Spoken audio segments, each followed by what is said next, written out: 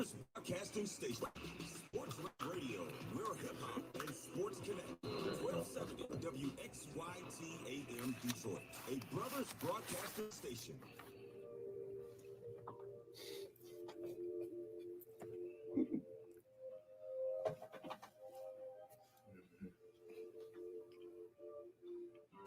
Working on a weekend like usual. Yeah.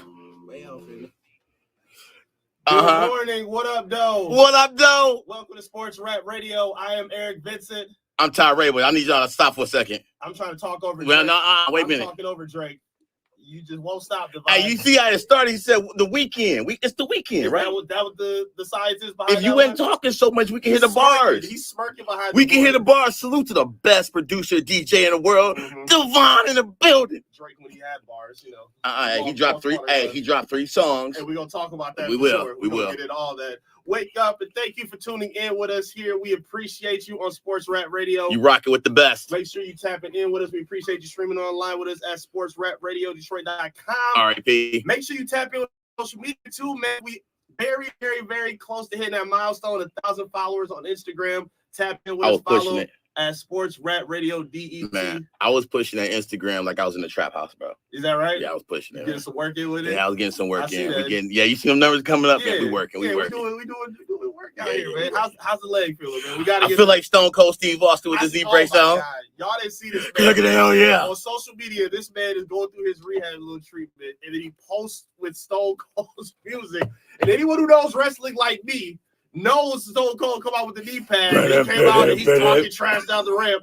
And so we know T gonna be in rare form today. Last week I was like at 60-something, 70, but I'm probably like at 85. I'm good. I'm good. We ramping up. I'm gonna test dancing on it next week. There you go. Yeah. You feel better. You're getting better than Joel Embiid.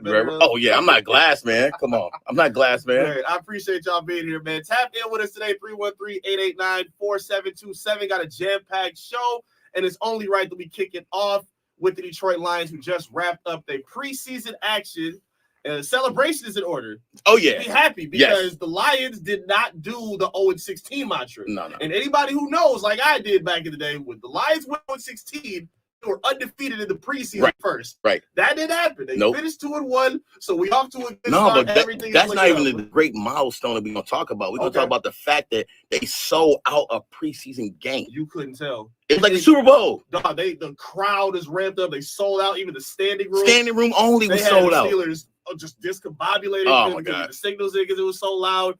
Bruh, Ford Field is a house of horrors. The NFL loving us right now. They one of those places. The Seattle, all those. Yeah, it's the Lions. What this does for us, that means we're going to get calls we would never got before. Exactly. Those phantom calls that used to go against us, those gone. That's a thing of the past. Yes. You see it. It was already creeping up. It happened in the playoffs last season. And even now with this game, man, they did a really good job of keeping the team engaged in it. Because another slow first half, things didn't really click. Oh, I was so mad. I was mad. That was bad. Yeah, that first quarter, I feel like slamming my flat screen down. It was ugly. I was like, we're going to have a lot to talk about. Yeah. I thought we were going to have an ugly day for Hendon Hooker to talk about. Ugly day to talk about the defense, the old line that was just getting ran through. But they cleaned it up in the second half. I don't know what it is about the resilience that we see in the preseason, but they did a really good job cleaning up some mistakes in the second half. No, I mean, we didn't even talk about the second quarter going into the half. That coming together. Yeah, they were able to pick it up from there, get some momentum going, and carry it up to a 24-17 victory. Again, they were blanked out 14-0 in the first quarter, tied it up at 14 by the end of halftime, and we saw a lot of things go well. Hendon Hooker played about 3.5 quarters. I didn't think he was going to play as long as he did. I was happy to see it. I thought they were going to throw answer my prayers and kept him with a clipboard on the sideline. This is why I knew it wasn't, because he had that bad first quarter, and I knew the coach Campbell wanted him to play through it. Yes. You know what I'm saying? So he wanted him to play through it, get that game, experience like, hey, you're going to have a bad quarter, but play through it. This is your team. Lead us to where we got to go. And he did that, but I thought he was going to play the whole game. Me too. I thought he did too at that point, but they let Fromm come in for a couple snaps. He got to throw 8 passes, and I'm glad they got to see some adversity from Hooker because he was holding on to the ball for a little while, got sacked repeatedly by the defensive line of Pittsburgh. And my homie asked me, like, was this his best game? And I would say yes. You don't have to be perfect, but I like seeing him go through some adversity, seeing him improvise and work through the problems of, okay, My line isn't doing well right now. I'm getting rushed. Let me try to leak out here. He ran 10 times, 93 yards, 114 yards through the air, a touchdown, threw a pick that didn't seem like it was his fault. It bounced off Isaiah Williams' hands. But I like the bounce back that I saw from him after the adjustment through the first half. The adjustment is what I like. All right, we know Hooker was going to do his thing, but I like the adjustment with the offensive line. They adjust, they play. They play like they just woke up out of the bed, no Wheaties or nothing, like, let's get on here and play. Right. And they adjusted, and they start running people over. Yes. They start pushing people out of the way, pancaking people. And these is backups. You know what I'm saying? These are people that probably might get 2-5 snaps a game or something like that. But the backups, and when we talked about this last week, we was not impressed with the depth, you know what I'm saying? And this week, they showed me something, playing against the first string and doing what they need to do in the defensive line with Betts. That dude Betts, he ain't going nowhere. You don't think so? I don't think he's going nowhere. No, they did a good job of spreading the ball around. Maurice Alexander, 4 catches. Shane Zylstra, he's been really involved this whole preseason. I think he had a really good wavelength with helping the Lions move the chains in third down situations. Really did a good job of being a safety blanket for Hendon Hooker. And again, I love the use of his legs. Again, I talked about it all the time, and I know, again, I'm not against Jared Goff, but I just like seeing the different dynamic we can see in this offense. And we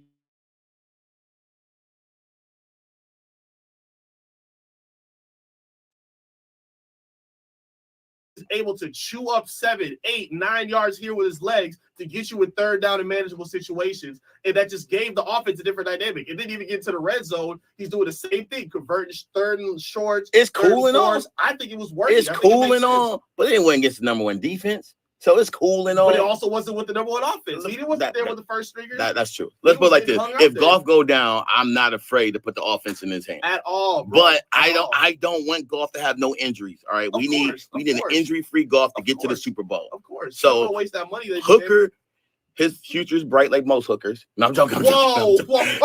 Hey, yo. Please.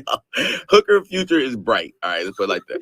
Man, you know the punchline's gonna always come, man. They never gonna stop. Punchline's gonna be there. But Hooker future is bright, and I like, but the thing is now next season coming. I know he's jumping ahead, but the trade's gonna start coming. The trade offers. Oh yeah. Teams gonna get desperate. They always need a quarterback. They always gonna see, especially they can run. Yeah, even if it's a brief span. We just saw Jordan Love get paid $200 million off of just 7, 8 good and now you're talking about MVP with him. Bruh, how is that in the conversation? Packers top 5 offense. We're gonna talk about that. Y'all gotta chill out with this Packers. They going dumb. Y'all gotta relax. They going dumb. But there's a lot of good things we saw. Defense kind of turned some things around too. They were struggling a little bit. The secondary is kind of getting ripped apart by Russell Wilson. I mean, they had their first stringers out though, so I'm not going to put too much in that. George Pickens looks like a dog. He was up there tearing things apart, doing a good job.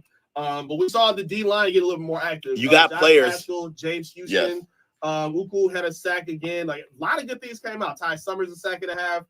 They got really active in helping set the edge and getting the secondary a little bit of help. So can we talk about the players that's going to be? We're going to wait to the second segment to talk about the players that's I feel like going to get cut.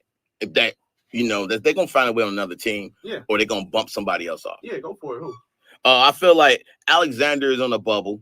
Yeah, he is. And like we seen Funk, he had a good running game yesterday, but up until yesterday, we didn't hear nothing from him. No, not at all. So that was like, here, showcase your skills so another team pick you up. If we can sign you in the practice squad, so be it. But those 2 names, they stood out in the preseason yesterday, but I don't see them making our squad. Yeah, that's gonna be tough because a lot of did come through. Like Zonovan Knight had a nice day. We saw guys be productive and like add some balance to this offense and whatnot. But it's a lot of guys on the bubble. I agree with you because a guy like Isaiah Williams had himself a great preseason. It's kind of quiet this last game, but I think he's done enough through the first 2 that they might want to keep him hanging. So that's what I'm saying. Alexander did get off yesterday, but dude, you picked him over Isaiah Williams, really? I don't think I would. Your man, catchless Donovan Peoples-Jones, nowhere to be found. Do we have the milk carton still out for this man? Do we have an Amber Alert out for this man? What has Donovan Peoples-Jones done since he's been here? Nothing. I tell you what he do. He looked good in Lions uniform. Oh, okay. Yeah, they need some blue. They saw him rocking in Michigan. Say, let's give it a try. You know what I'm saying? That winning. Man. I can't make no excuse. He did get some snaps out there, and he didn't do nothing with it. No. Somewhat we've talked about a lot on this show, and I would love to hear from you. 313-889-4727. Talk to us and let us know who you were impressed with or not impressed with throughout preseason. Dan Campbell made a quote after the game saying that James Houston is going to be a tough call in terms of his decision for the roster. Why is that a tough call? I'm gonna tell you why. Please. Okay. Right now or after the break? No, you can do it now. We got some time. All right, so listen, it's gonna be a tough call because I told you they just don't want a one-dimensional player. But all the players got to understand this, but Campbell already said all his players, he wanted like utility guys. You can plug them up anyway. And right now, Houston is a strictly pass rush. We argued about this for weeks. We did.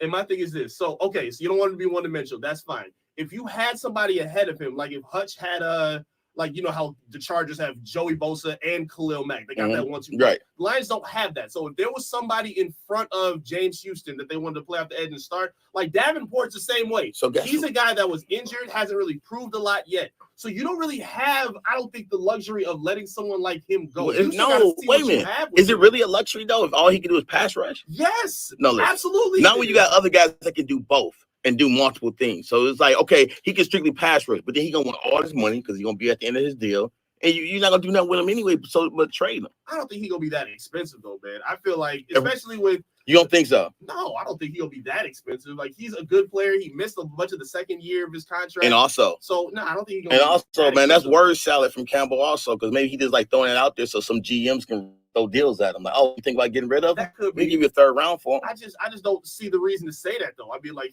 he's been because he keeping it real. Campbell always keeping it real. You want us to lie? Is it real? Because I don't really think. I think so. See that based on what I do, but we got different opinion with Houston anyway. We've been at it. We saw him literally. Okay, what's to me a big crutch that the Lions deal with that they've been dealing with for the last few seasons? Pass rush, the defensive line. But specifically against mobile quarterbacks. Right. He's good at that. James Houston just locked in. I don't know what he got on Justin Fields, but he put him on his behind again. Right. He does a great job rushing and keeping him in check. I don't think you have the ability to let your guy who specializes against the rush, can put the quarterback on his back, and do it against mobile quarterbacks. I don't think you because I'm telling you, man, you're gonna have offensive coordinators that's gonna game scheme against that. So when he come in, they're gonna be all right, we're gonna run this, and he one dimensional.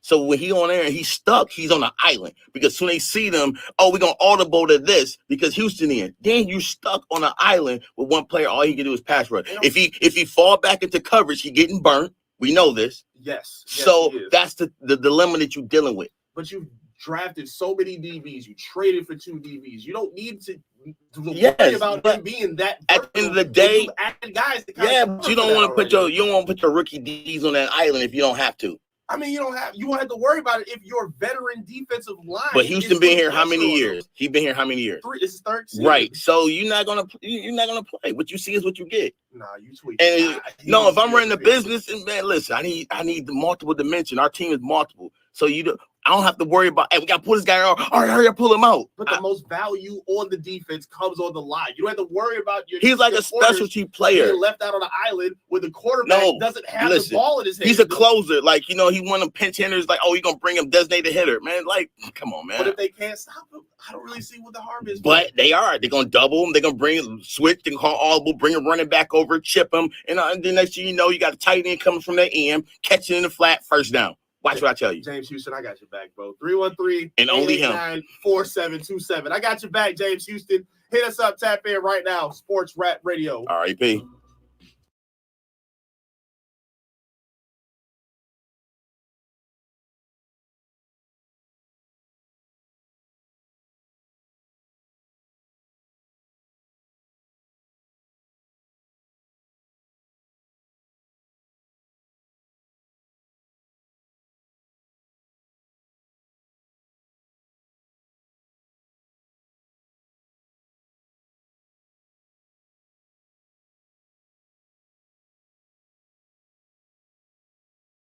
Every time you make a wager at BetMGM. What up, YouTube people in the building?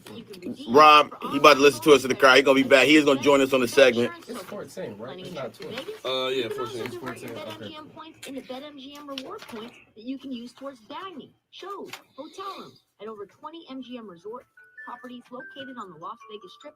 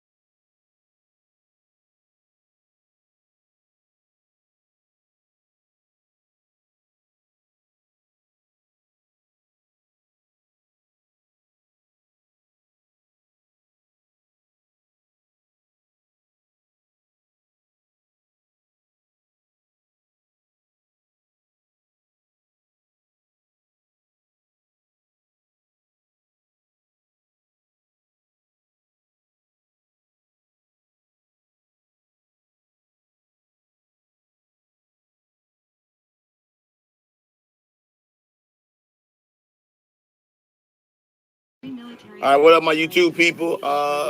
We in break right now. Y'all make sure y'all hit that like button. That was a good segment, though. I ain't gonna lie. Coming in September, a show with authentic breakdowns and Got analysis. Reg in the building. That's what's up. Crazy. With Rashad That's Phillips, what's up. Detroiter, European legend, Hall of Famer, known around the country as one of the best basketball. And that works, like for the social media push. That works. You know what'd be cool? If Rob started, like, you know, playing us on the like segments on his Odd Couple show. Oh man, that'd be fire. We get this where you go. Alzheimer's Association and the Ad Council Yep. present the story of Tom and Levi. Tom is the smartest man I'm He's down. a professor at 2 major universities, been a teacher for over 40 years. One day, he told me that he was having problems in his classes. I think one of the students had asked the question and he didn't remember the answer. I also noticed that he was letting his class out earlier than they were supposed to let out. And he was telling them that he was doing it as a favor to them, but I think in reality, he just wanted to get out of there. I was really starting to worry because I saw something was wrong. Levi and I talked about how it would change our lives, but he was there beside me, and my love for him was just immense. When something feels different, it could be Alzheimer's. Now is the time to talk. Visit alz.org/ourstories to learn more. A message from the Alzheimer's Association and the Ad Council. Yo, Detroit, check out the brand spanking new Sports Rap Radio website. Keep connected, everything we got going on. It's filled with news, views, and all you need to know about our station. Plus, bios and showtimes, and our exclusive contest giveaways. Plus, Rep the Rap by Merch You Can Sport. Hop on the web and go to sportsrapradioddetroit.com. Hit up sportsrapradioddetroit.com. Finally, a station for us. Oh yeah. Round and round.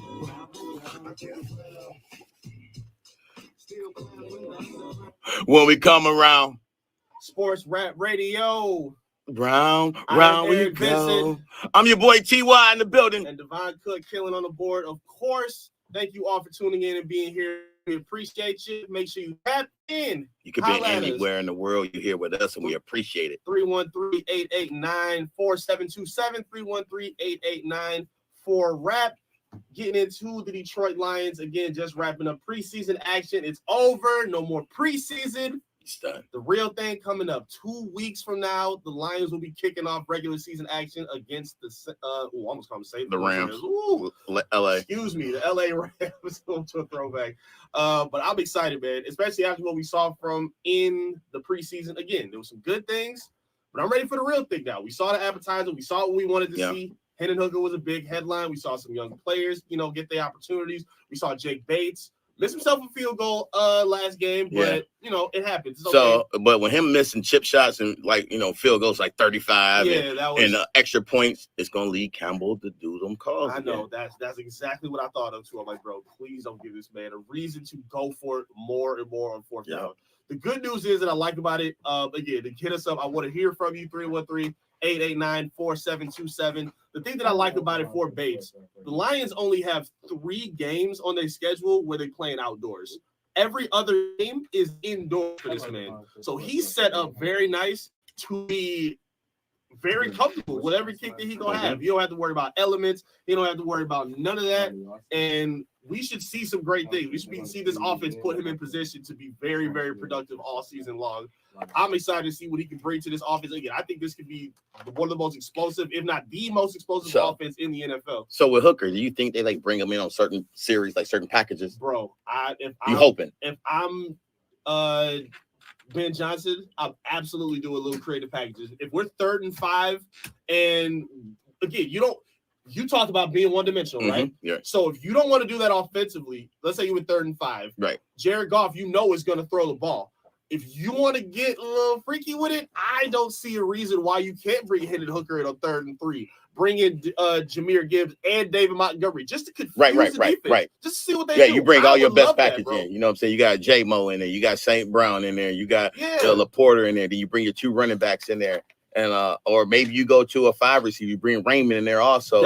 And then you got Hooker in there. Okay, what they going to do? They're going to run it. But then you got guys that can just break the route, you know what I'm saying, and get open. And then he accurate. He get it there. Yes. So this offense is super and with that balanced. O-line, you know, bare minimum, the number 2 best, they say number 1 best offensive line, but I'm gonna say bare minimum, number 2 best offensive line. Yeah, he gonna have time to throw it, analyze it, see what he got, if he got to run it or if he could toss it. 100%. 313-889-4727. We got Ronnie Austin on the line checking in with us. What's good, Ronnie? Good, brother. How you doing, man?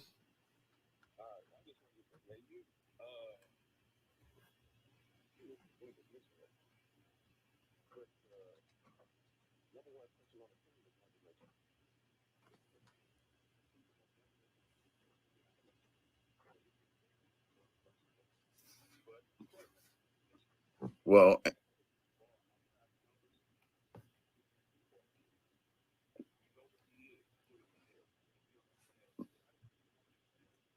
I'm gonna say Cap. I'm gonna say Cap, man. Yeah, he can throw the deep ball because he do J-Mo a couple of deep balls. So we can't say he can't throw the deep ball.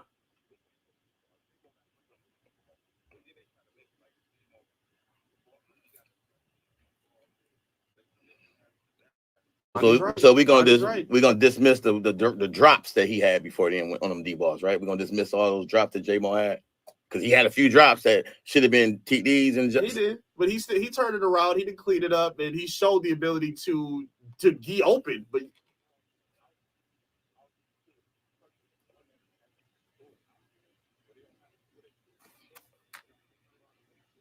oh man.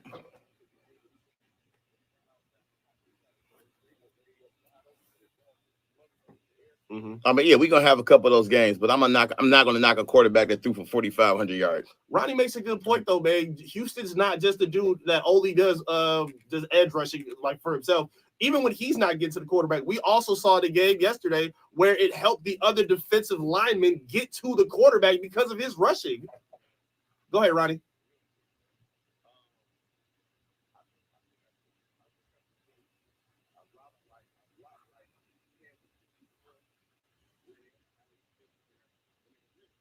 I know where you're going. Okay.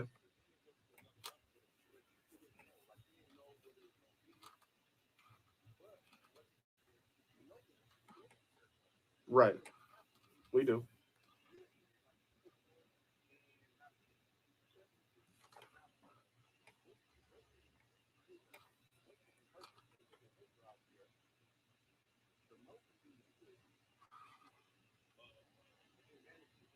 Mm-hmm. Thanks.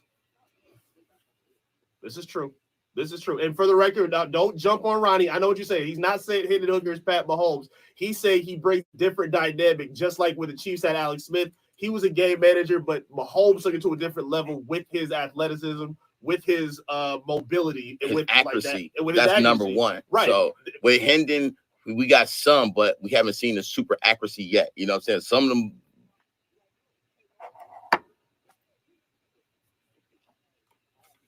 They were.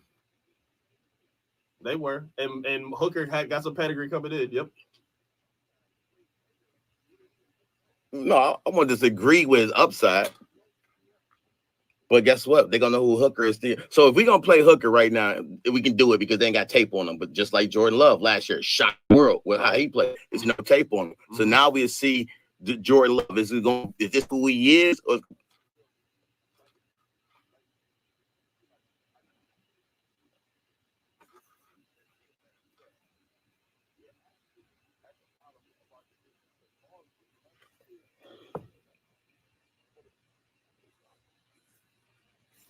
I was with you on that one. I don't know if we don't.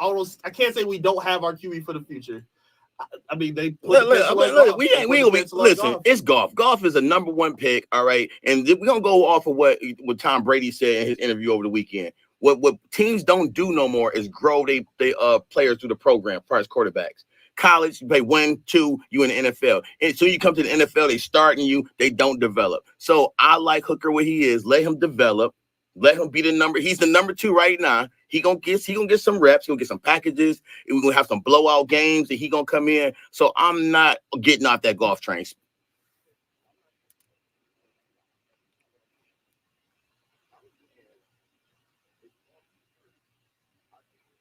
I think so. I agree with that. I agree with that.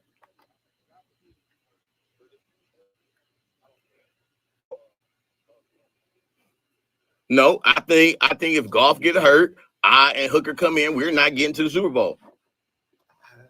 No, I'm telling you, I think that's how I feel. Be under pressure, be under the bright lights against the number one defense with blitz packages and stuff he ain't seen. All right. Okay, I mean, but like I said, he's only a second-year player. He didn't even play last year. So, I mean, we putting a lot of, what ifs and all that on the. Yeah, he didn't play last year. He was injured. And Roddy makes a fair point. And at the same time, we got to give Brad Holmes his credit. He set Hooker up well and any other quarterback well to a point where even if he does have to play, like you said, best O-line in football, best running back duo in football, unbelievable receivers, the best tight end in football. Yes, a defense that can get him the ball in opportunistic situations. Like, I don't think he's going to go out there and look like a lost puppy. I'm not gonna say I'm not saying he's gonna be a lost puppy because we seen what he did in yesterday's preseason. Of course, with bums around him. But listen, like I said, no disrespect. Yo, hey, I'm hanging with Goff, man. Goff he's that deal. He's a number one. He drafted number one for a reason. Every year he's been here, he has improved.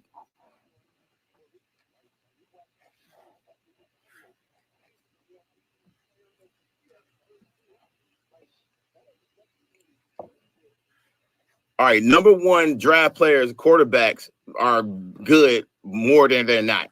All right, so he's a number one pick. He came over. He has improved every year since being a Lion. He come out to play. All right.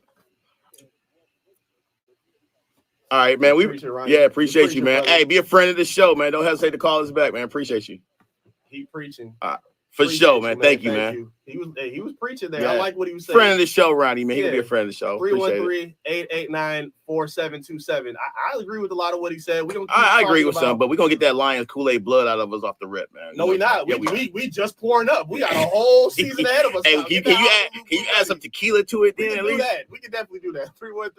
313-889-4727. Gonna peel back a little bit more on the Lions after the break, right here on Sports Rap Radio.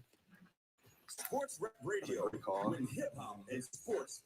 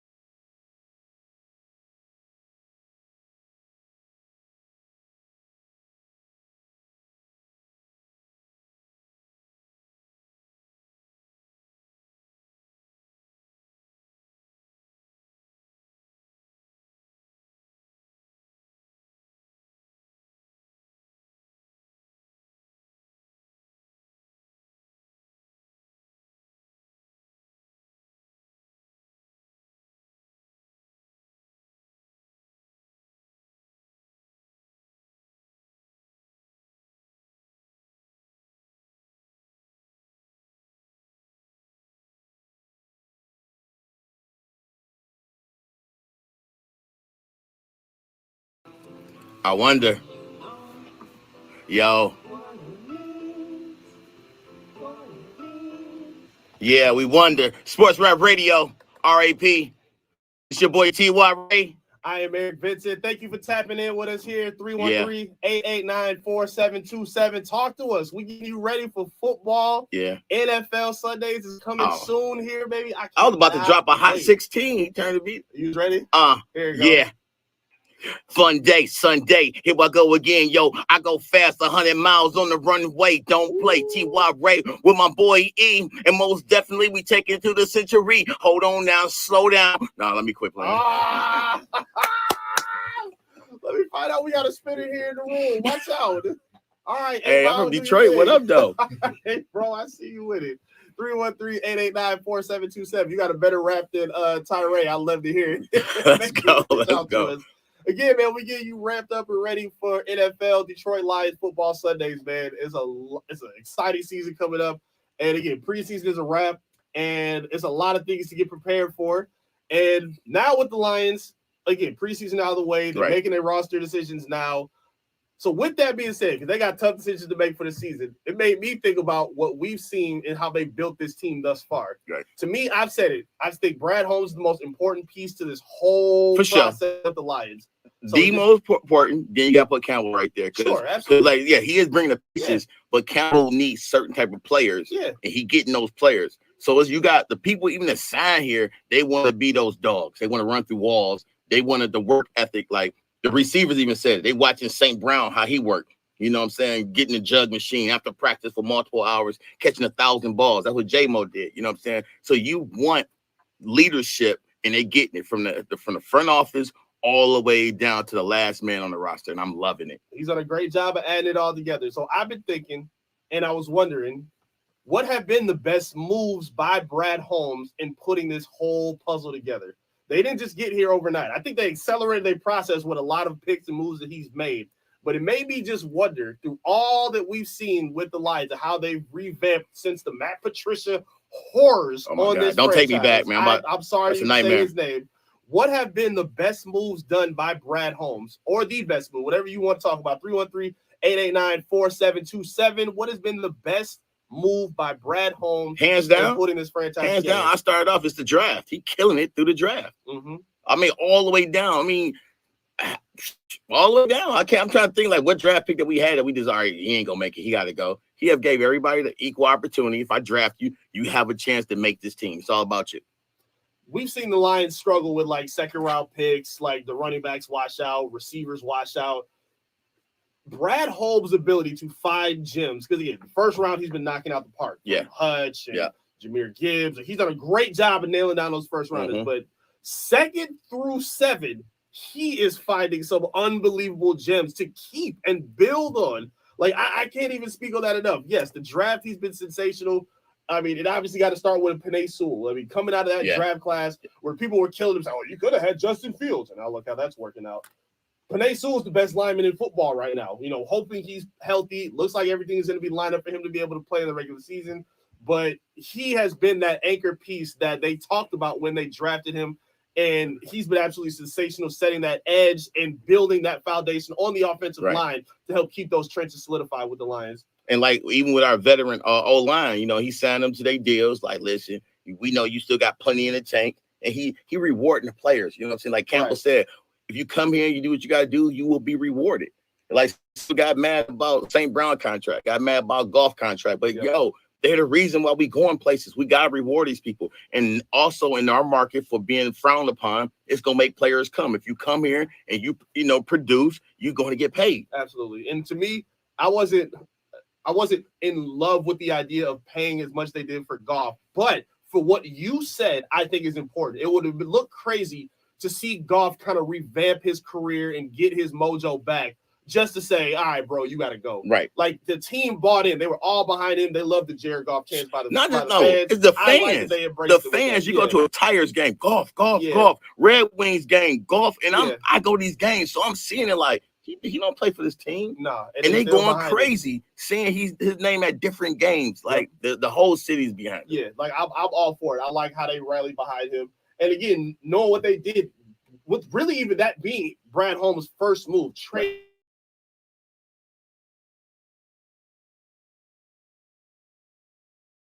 They got Jameson Williams out of that, Mhm. Haskell, Jahmyr Gibbs, Right. Sam Laporta, all The pro, trade was Roderick amazing. Martin, The trade, way better than we thought it was. yeah, that trade was Way better that than we trade thought was it a was gonna be. takeoff from the free throw line. Yes, and then even I think out of the who they get rid of, Kenny Galladay, and then out of that deal, you bring in where's he at Kirby now? Joseph. Where's Kenny Galladay at You right bring now? Kirby Joseph in out of one of those picks. Do Too, you know where's fantastic. Kenny playing at right now? No idea.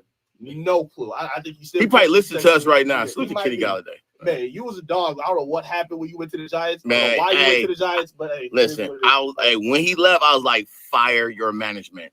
Please, Fire him. bro. Who told you? Oh yeah, let me go play with Daniel Jones. Fire your management. Why, brother? Why? Another move I will give him the most credit for. And again, 313-889-4727. Would love to hear what you think about what Brad Holmes has done thus far. I think in terms of leadership, the assistant coaches that they were able to get and keep at this point, because be clear, Aaron Glenn could have been out of here by now. Ben Johnson could have been out of here by now. He's been fielding interviews for the past couple seasons by other teams that want him. And the fact they were able to keep him with Dan Campbell and the rest of the coaching staff intact to help build on the foundation and build on the core and develop these young players that they've had has been sensational, because these guys, I think, can be head coaches anywhere. Like, I don't think Aaron Glenn gets enough credit. People kill him for a lot of the defensive lapses. Bro, he hasn't had the resources that Ben Johnson has had through his tenure. And I'm not saying I'm a victim of that, but I am one. I was killing Glenn. I was killing Coach Glenn for the last 2 years. Yeah, I get it. And I was like, no. And having certain players on the island, I'm like, you shouldn't have that guy on the island by himself. Right. But as they say, you got to trust the process, and I didn't. And now I see what he's doing once he got the tools. He's Chef Curry with the pot. You know what I'm saying? He is. They're doing a great job right now. Again, we don't know how much longer they're going to be here in the Super Bowl window. So hopefully they can find the ability to make this Super Bowl moment capitalize by keeping these pieces Super Bowl around. or bust. Everybody know that. That's what it feels like to me. Absolutely. It wouldn't be, because you're talking about if we had to play Hendon Hooker, you'd not get to the Super Bowl. Sure. I still think you get to the playoffs. And that I think we'd be in the playoffs. But cool. Final game against 49ers or... I'm not gonna root, or not root, but I wouldn't pick for them to have. I mean, I would even say going against the Cowboys in the NFC, because they got some crazy pass rush. You know what I'm saying? Yeah, and they cheat. So I mean, our hands will be tied. Now I don't want to see them, and I do not want to see Dallas Cowboys in the NFC championship, because the refs gonna be under that pocket. You know what I'm saying? So I want to see San Fran again, and this time we take. Absolutely. 213-889-4727. Tap in, call us. What do you think has been the best move done by Brad Holmes in putting together this Lions franchise Super Bowl looking team right about now? 313-889-4727. Call in, talk to us right here on Sports Rap Radio. Yeah. Midnight on Sports Rap Radio. It's DJ Whatever's old school rap party. It's fine. Our resident DJ spins the best old school rap joints worth hearing again. Rewind it back. Take me back to the old school. Take me back to the old school. It's sports talk all day and old school hip hop at night. Sports Rap Radio, where hip hop and sports connect in Detroit. BetMGM, the king of sportsbooks, unleashes the spirit of Las Vegas with BetMGM rewards. Every time you make a wager at BetMGM, you can earn BetMGM rewards points that you can redeem for online bonus credits like bonus bets and bet insurance tokens. Planning a trip to Vegas?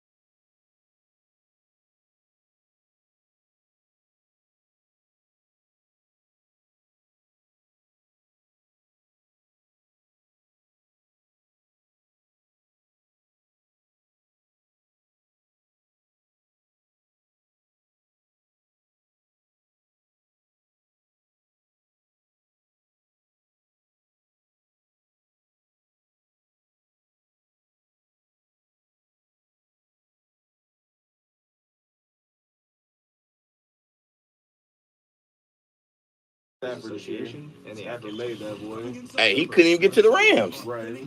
Shoot, and the Rams, they be drafting some receivers. They got another one. Yep. But like I said, it's preseason. But if he do anything like the last man, they make sure Stafford keep weapons. Right. You heard Cade Cunningham is a fantastic player, but the Pistons franchise has to do a better job in surrounding this kid with the right players. Shot is a basketball genius. Coming this fall to Sports Rap Radio. We'll talk soon. Hey, Dad, your prescription will be ready in just a minute. Hey, Dad, your laundry will be ready in just a minute. Dad, your lunch will be ready in just a minute. He's busy. Hey, leave him alone. Why don't you take a minute? When you help care for a loved one, you give them as much time as you can, making sure they're safe and comfortable. But it's just as important that you take some time for yourself. At AARP, we can help with information and useful tips on how you can maintain a healthy life balance, care for your own physical and mental well-being, and manage the challenge of caring for a loved one. 8 different locations. I thought it was going to be just one spot. Going to 8 different joints. I know, Bud was going to sponsor us too. That's heavy. Yeah, man. Like, oh snap! I mean, we got to have the Bud can sitting in front of, you know what I'm saying? Right. Hey, listen, I'm feeling like Stone Cold because he used to, be sponsored by Bud. He got his own. So now we get started. Yeah. Let's go. Yeah. Views and all you need to know about our station, plus bios and showtimes and our exclusive contest giveaways. Plus, Rip the Rap by merch you can hop on the web and go to sportsrapradioddetroit.com. Hit up sportsrapradioddetroit.com. Finally, a station for us.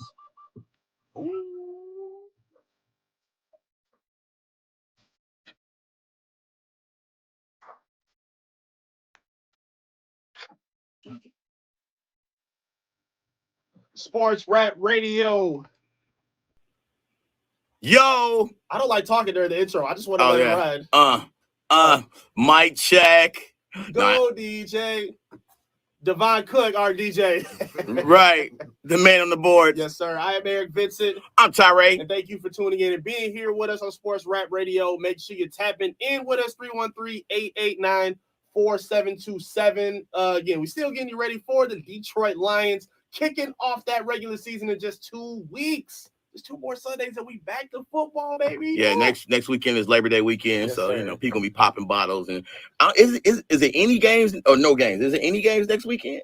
Not that I'm aware of. All right, so every college, I think, but then we can wrap up. College. Yeah, they did. College did kick off. Before we get back, college did kick off yesterday, they had one ranked team playing. That was Florida State going against Georgia Tech, and they lost by field goal. And that's sad. So Florida State, I'm sorry, y'all fans, y'all out of it. Y'all else already. Can you imagine you a top 10 team, you go and lose the first game, your playoff hopes is dashed there. That's where all the optimism lies in the first week. And it just sinks. It's possible. They in the ACC, they still win their conference, and they can still be one of them teams with one loss. Kind of like that Appalachian State game. But that happened last year. They had one loss or whatever. True. That's true. So Florida State, I'm sorry, but your dreams is crushed. That's it. You know what I'm saying? I'm sorry, Florida State. Out the window. See y'all again in 2026. Getting back to the Lions, man. We talked about as they put together their roster, their 53-man rotation. We talked about a pressing need that they have. The third wide receiver on this roster is a pressing hot button topic. We see Dan Campbell talk about wanting to see a big body receiver kind of be a little bit more active to help them give some balance. So I'm asking you, and I would like to know, I'd like to hear from you, 313-889-4727. Is that wide receiver 3 already on this roster, or do the Lions need to go get somebody else? I would love to hear who you think. I got a couple names in mind, but Ty, I'm going to start with you, bro. Who do you think is the most fitting to fill that spot as of right now? I haven't checked the free agents list. I will go into it. A couple names did come up, but as I watch what we got right here, we got Raymond. I think Raymond is finally going to shine. Mm-hmm. And I do like Isaiah Williams, and you sold me on Isaiah Williams because I wasn't even checking for him. So salute to you for selling me. So I started watching every game, watching him run his routes, see how active he is and everything, and do want to play. And that's why he didn't do too much yesterday, because I think he know his wide receiver coach probably told him, oh, yeah, you're a make. You know what I'm saying? So you don't have to do too much. Right. I don't think it's a trade out there that's available for them to go make this move, especially when you have St. Brown All-Pro, J-Mo, who looks like he's ready to break out. You got Laporta coming off all-pro season. You have weapons already. So I don't think the Lions are in a position where they need to make a splash to add somebody and make some like dynasty of a receiver core. I don't think they need to do that. And but with there is one name that I'm really interested in. That okay. I really do. But like before you get into that, I want to advocate for my boy People Jones. All right. I want to advocate for him. All right. So let me take this time. Go Blue. The thing is this, all right. I don't feel like he's a veteran. I don't feel like he had to do too much in preseason. I think he was just a body out there. He's a name. You know, he wasn't going to die for no balls in preseason and risk injury and stuff like that. It was preseason. So I think when the lights turn on in this regular season, you'll see the diamond peoples that we know. All right, that's he doesn't have to give effort. No, he gave effort. He went out there, ran his route, stuff like that, but he went like a decoy. Oh, okay. So that all he was a decoy. Yeah, that's it. So he was one-dimensional. Whoa. Okay. How's that one-dimensional just being a decoy? He ran his run routes. No, he ran his route tree. He ran his route tree. You know, he ran his tree. Okay, got it. All right, now you go ahead with your man. Yeah, we'll see about that.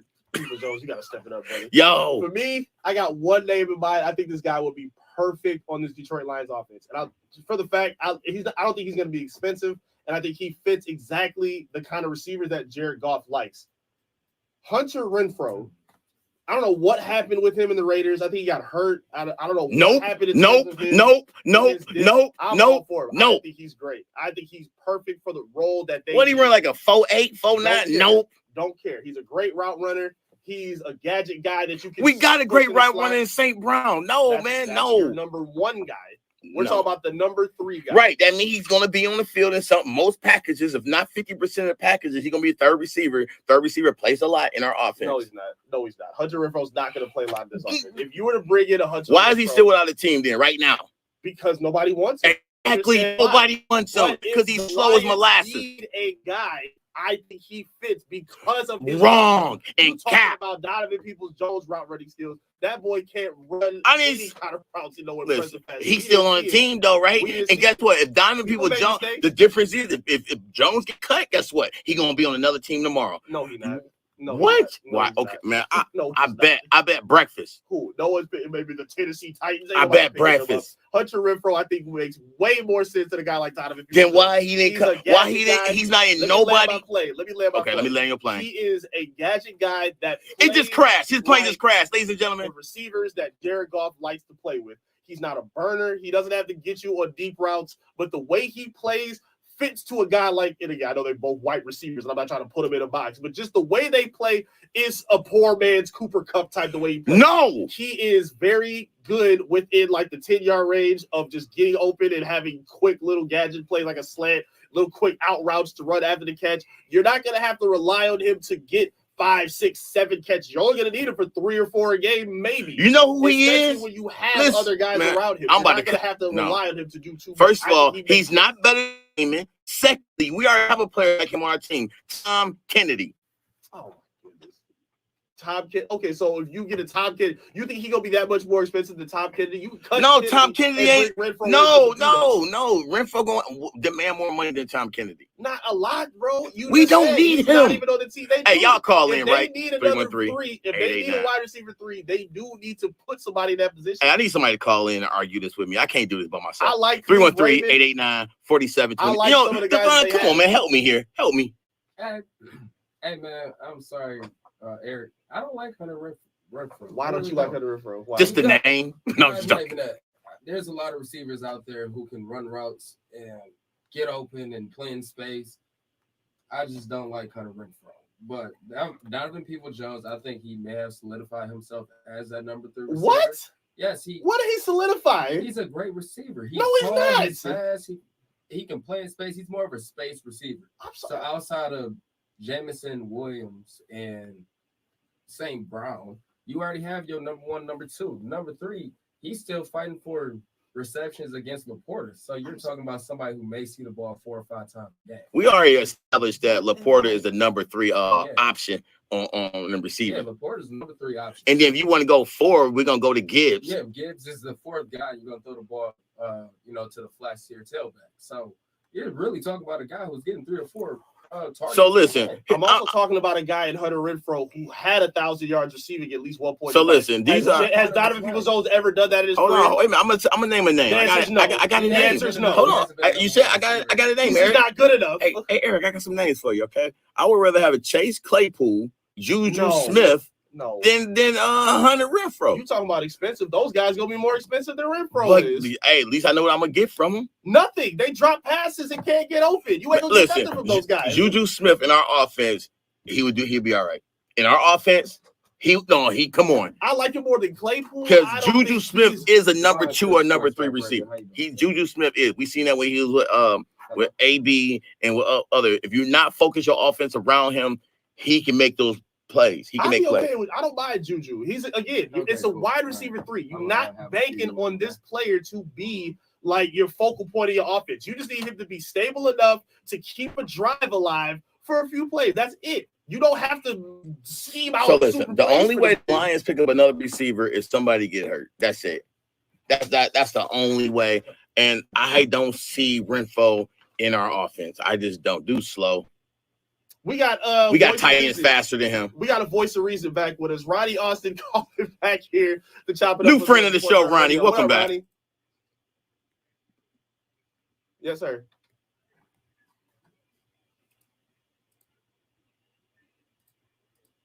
Thank you. All right, this is your last call of the day. Dang, straight up, bro.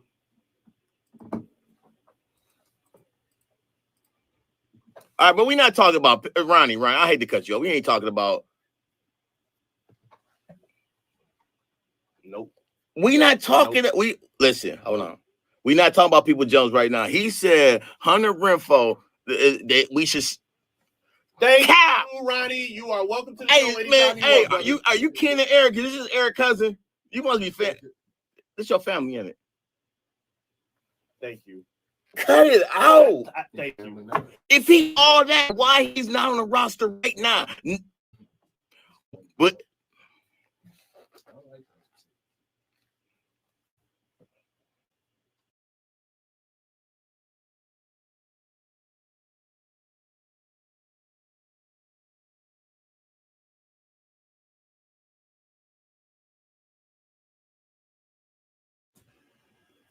he mid, bro, and he ain't been. Wow. He ain't been that here either. Wow. Yep. Yep. Yeah, that was cool. He just got here last year. Y'all act like People's been here 4 seasons. This is second season. Not good. He's not a good football They player. signed him to an extension. All right. And that was a mistake. So listen. He played half a season for the Lions. He's not half good. A season. He wasn't familiar with the offense and then like that. Now he get a whole season. Now next year you can say that. All right. But this year he only played half a season. No,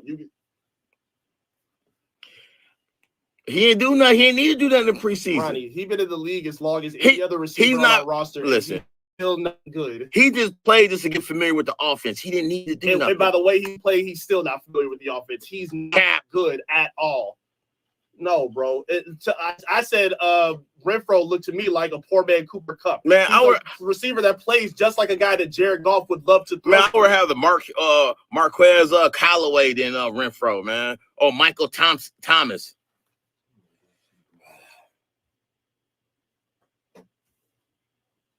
Ronnie, go at all. All right, y'all can go ahead. Y'all can go ahead and knock. Y'all can knock people if y'all want, man. We will. Because I'm the people's champ. All right. I agree. No, that's not how he plays. He has not shown that. Ronnie, gold star for you, bro. You welcome on the show anytime you want, big dog. Take the rest of the day off, Ronnie. Take the rest of the day off. Yeah, we'll see about that.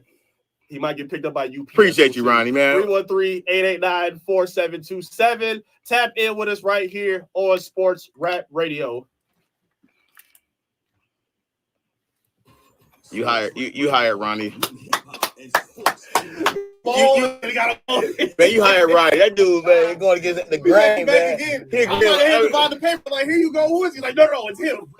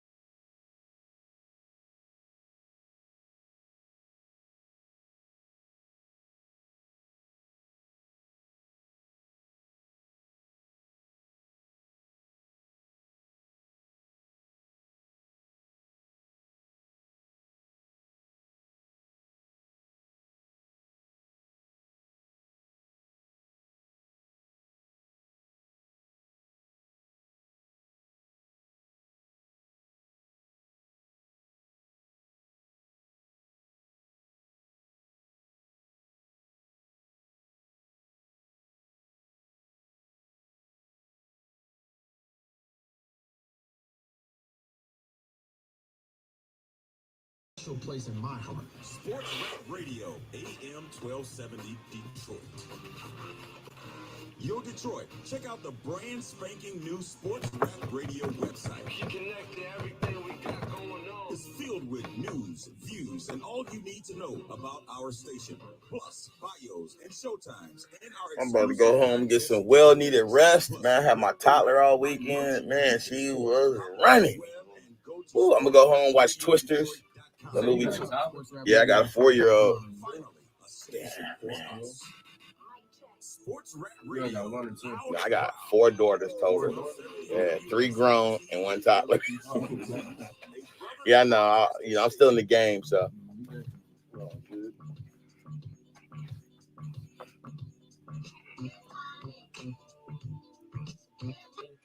Yeah, Diamond people is getting money. Stealing money. Sports Rap Radio. It's your boy Tyree. I am Eric Vincent. Thank you for tuning in and locking in with us here. We appreciate you on this Sunday morning. Yeah, we cooking. Yeah, we are. We gotta we'll transition a little bit away from the line now. Back. 313-889-4727. Let's talk a little Piston basketball real quick. For sure. This is one of my favorite times of the year. I love when these lists come out. Shout out my man Josh Eberly from Hoops Mag, where they're putting together a top 25 players under 25. I love when they do these. Talk about the youth of the league and where the future of the league is going, because there's a lot of damn good players coming up.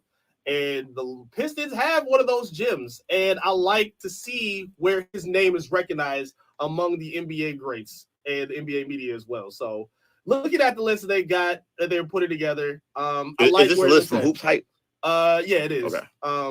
So they got, what I'm looking at here is from 15 down, some interesting names. I don't know if I agree with all of them, but I'd love to hear y'all opinion. So we're gonna go from 15 to 1.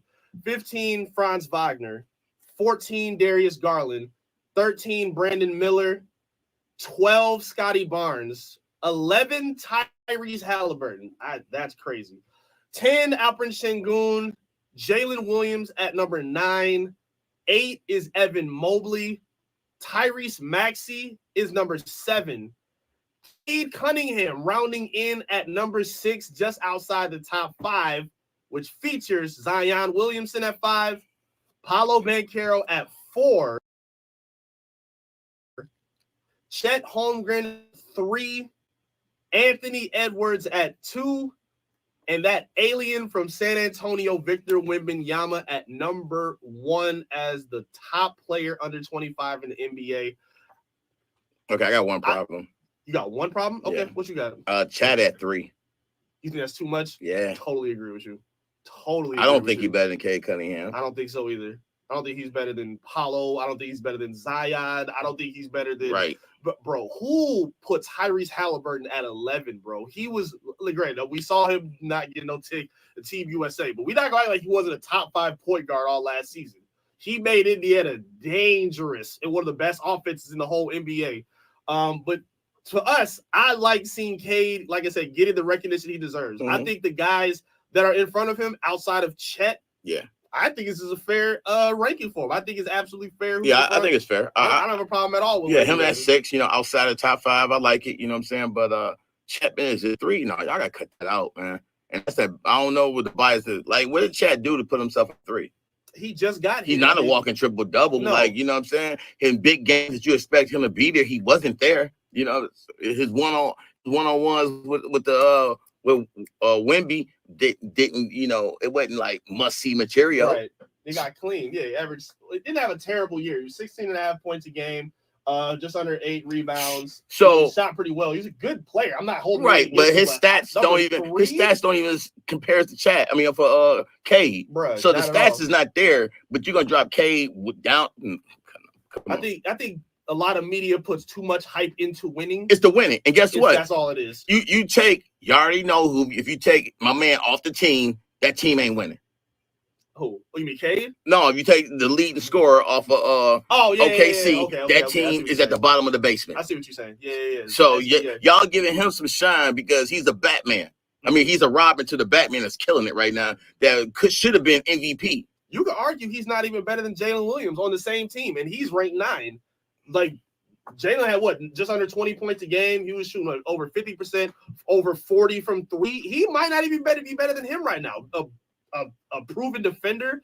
I don't know. I don't see what they're doing with that right now. But Cade is finally, to me, I feel like maybe getting a little bit more respect. Again, coming off an all-star statistical season, putting up 22.5 points a game, about 7.5 assists. And I think those numbers should go up this season. I think Cade is looking at his best season coming up. We finally see some spacing around him, some veterans around him, a coach that we think can be very suited and tailored to bringing out his skill sets and what he's good at, putting him in the post, putting him in transition, and putting the right pieces around him so he's not flooded with double and triple teams every time he touches the basketball. I think we got a huge season coming up for Cade Cunningham. I like the ranking that he's at 6. I think it makes a lot of sense. And I think that list definitely change next year. I think we're going to have 2 players.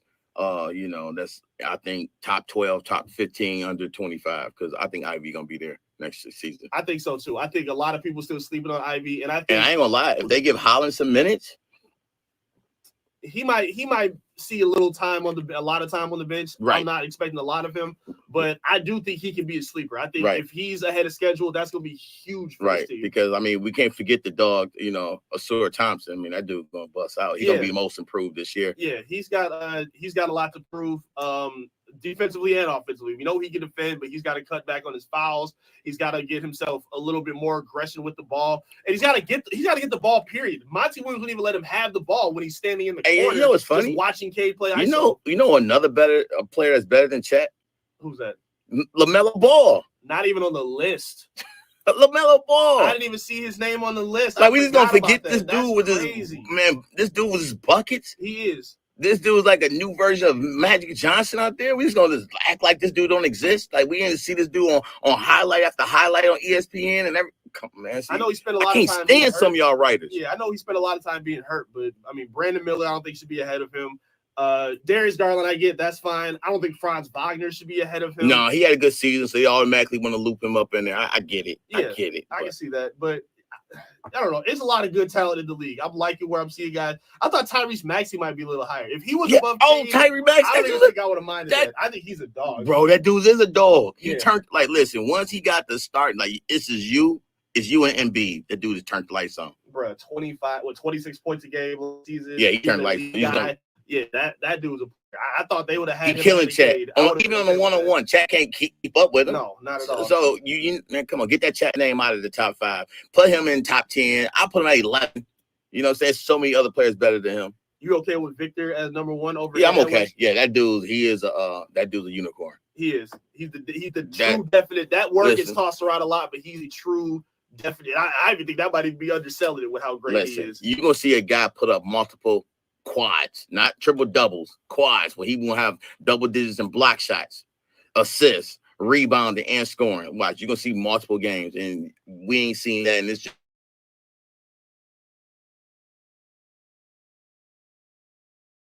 Yeah, I think we're gonna see a lot more of that. And you know who else? You forgot? Ja Morant. Damn, I forgot about Ja too. That's how deep the talent pool of the league is right now. There's so many young players that can help carry this franchise, because people always say, "Oh, what's gonna happen when Steph is gone, when KD is gone, when LeBron is gone? We're gonna be all right. We'll be just fine." I knew what talent, like when Anthony Edwards said, "Oh, he's a new face." No, he ain't. No, he's not. No, he's not. Not yet. I know he's beloved right now. I know he's a fun personality. He's got, but no, he lost me when he lost me. He said the only skilled player back then was Michael Jordan. That was wild behavior. Like, that was crazy. Come on, Ed. You know better than that, bro. And that's a lot. It kills me to see these guys come in and say, "I love the game. I love the game. I love the game," but don't know the game. Yeah. Like, how are you? Again, if you want to say no one had skill like Mike back then, like, cool. Hey, do you think like his dad or his cousins or uncle called him after they was on his mind? Like, you know they were like, bro, what made you say that? What are you talking about? Don't you got a publicist that was standing next to you or something to say, don't say that? Come on, bro. Now you about to get cooked like Noah Lyles. Stephen A. Smith got on tell him Isaiah Thomas, the Hakeem Olajuwon back. Even Isaiah got on. Hey, listen, Isaiah Thomas got on his Twitter. Now, you know when Isaiah Thomas get on his Twitter, he got something to say. Like, you don't see it often. Like, oh, man. The disappointed teacher that'll come in. He ain't going to cuss you out, but he going to put you in line and let you know that you was wilding. Now, hey, young brother, we need to know, the history of our league. Right. I love Isaiah Thomas, man. No, that was wild by Ed. But again, he's got nothing but the best upside in the league right now. Next to Victor, of course. And again, a lot of these guys, Paulo Banchero, I think he's gonna be. No, I don't think 8 at the best upside. I think Ja Morant. You just keep the firearms. Ja got more upside than Ed Edwards? Yes. Oh, bro. you tweaking. No way. Yeah, I think so. Nah, He can do everything except he got a better shot, and he can definitely get to the basket. He don't play defense. Ja does not play defense. Anthony Edwards plays some defense. He ain't Ja plays no defense. That's the point. Ja is not a defender. They hunt him out because he's small. That's because he's a straight focal point of his offense. Where AE has he has a big man that can share the offense with him. Sure. So when Ja gets somebody that can share the offense with him, I think he can put a little bit more towards the defense. And I blame that on coaching. I don't know about that. Ja's a small dude, and he's been dealing with a lot of injuries too, outside of the suspensions and all that, which I'm not even. That dude's a wrecking ball. But he coming plays like a wrecking ball. He plays a lot. So we get a freestyle out of you and then Miley Cyrus. He plays like Derrick Rose to me. I'm worried about the outlook of what's going to happen with Ja.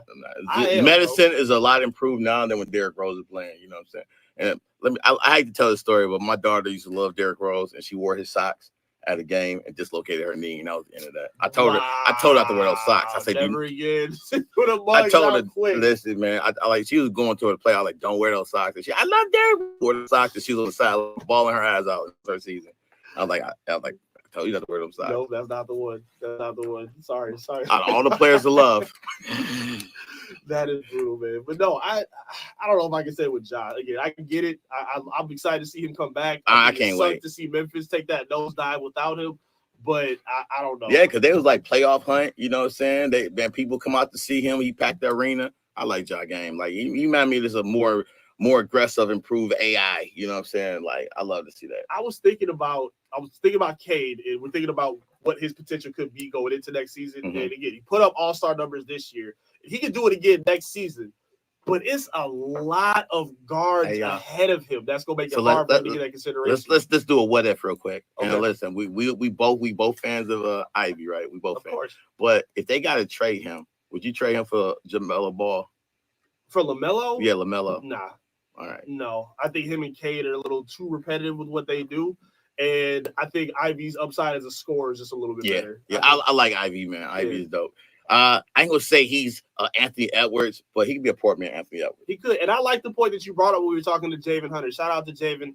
Had him on the show. Great interview. Great friend of the show with him. Absolutely.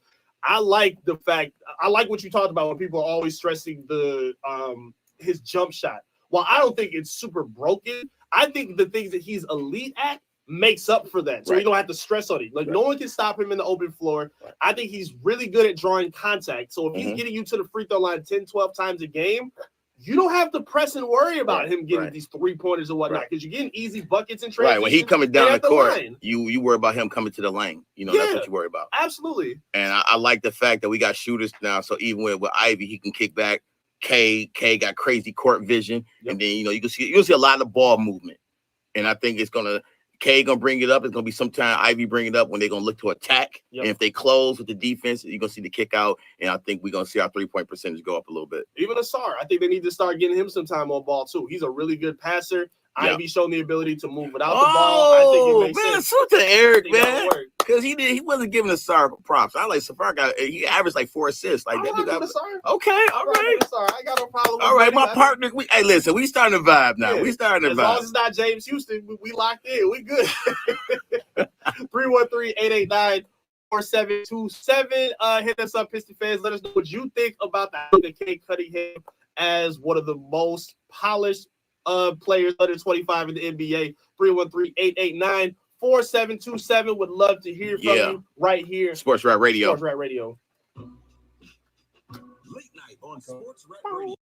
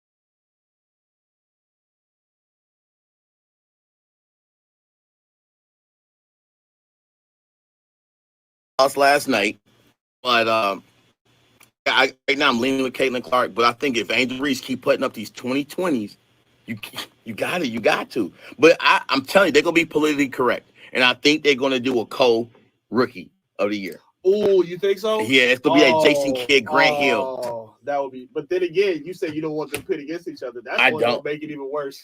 But you know what? That's how you keep that's how you keep two fan bases quiet and happy. If anything, it makes them even more. I mean, you gonna get your naysayers like, oh, that's mainly the media. Oh, that was BS. Of course. But I'm telling you, for me, I do want Angel Reese to win MVP because I just like her game. I love the defense. I love getting a rebound.